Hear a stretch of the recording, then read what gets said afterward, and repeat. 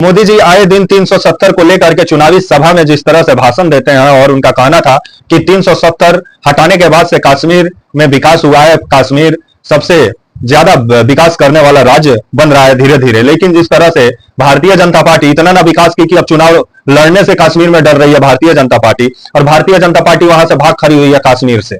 आइए बात करते हैं। नमस्कार, मेरा नाम विश्वजीत कुमार और आप देख रहे हैं वाक for India news. Modi ji आए दिन यूपी, बिहार, दक्षिण भारत हर जगह वो 370 का जो डफली बजाते हैं कि वो आए तो 370 हटा दिए, और हटाने के बाद से जो कश्मीर में आए दिन हिंसा होता था वो सब भी खत्म हो गया। कश्मीर पूरे तरीके से विकसित राज्य बन गया है मोदी जी के अनुसार। लेकिन सही मायने में देखा जाए तो कश्मीर का स्थिति जस का तस है। और जिस तरह से कश्मीर से खबर आ रही है कि कश्मीर में जो भारतीय जनता पार्टी है, जम्मू कश्मीर में कुल सीटों की संख्या 5 है और 3 सीट पर भारतीय जनता पार्टी चुनाव नहीं लड़ रही है, और भारतीय जनता पार्टी कश्मीर में जहां मुस्लिम बहुल जो सीट है वहां से भाग खड़ी हुई है भारतीय जनता पार्टी, क्योंकि वो जान रही है कि 370 जिस तरह से भारतीय जनता पार्टी हटाई कर्फ्यू लगा के, जिसके बाद इसका खमियाजा भारतीय जनता पार्टी को भोगना पड़ सकता था, क्योंकि जनमत संग्रह के द्वारा 370 धारा कश्मीर से नहीं हटाया गया था। यह रातों रात भारत सरकार का फैसला था।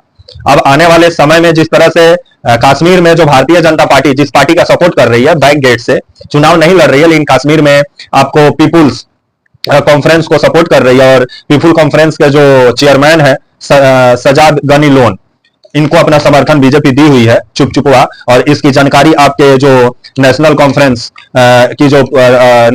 जो जम्मू कश्मीर में एक पार्टी है जिसके अध्यक्ष हैं उपाध्यक्ष हैं उमर अब्दुल्ला, इसकी जानकारी उन्होंने दिया कि भाजपा भले कश्मीर में चुनाव नहीं लड़ रही है, लेकिन पीछे वाला गेट से आपका पीपुल कॉन्फ्रेंस को सपोर्ट कर रही है।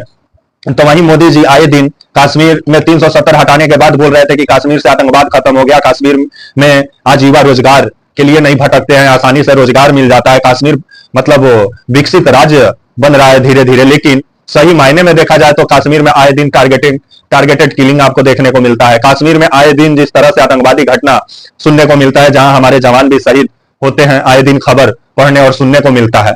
तो मोदी जी तो बोले थे 370 हटाने के बाद से आतंकवाद खत्म हो जाएगा, जो कश्मीर में जम्मू कश्मीर में कट्टरवादी विचारधारा है, जो सोच है वो खत्म हो जाएगा। लेकिन जस का तस कश्मीर में बना हुआ है जम्मू कश्मीर में, तो इस पर मोदी जी नहीं बोलते हैं।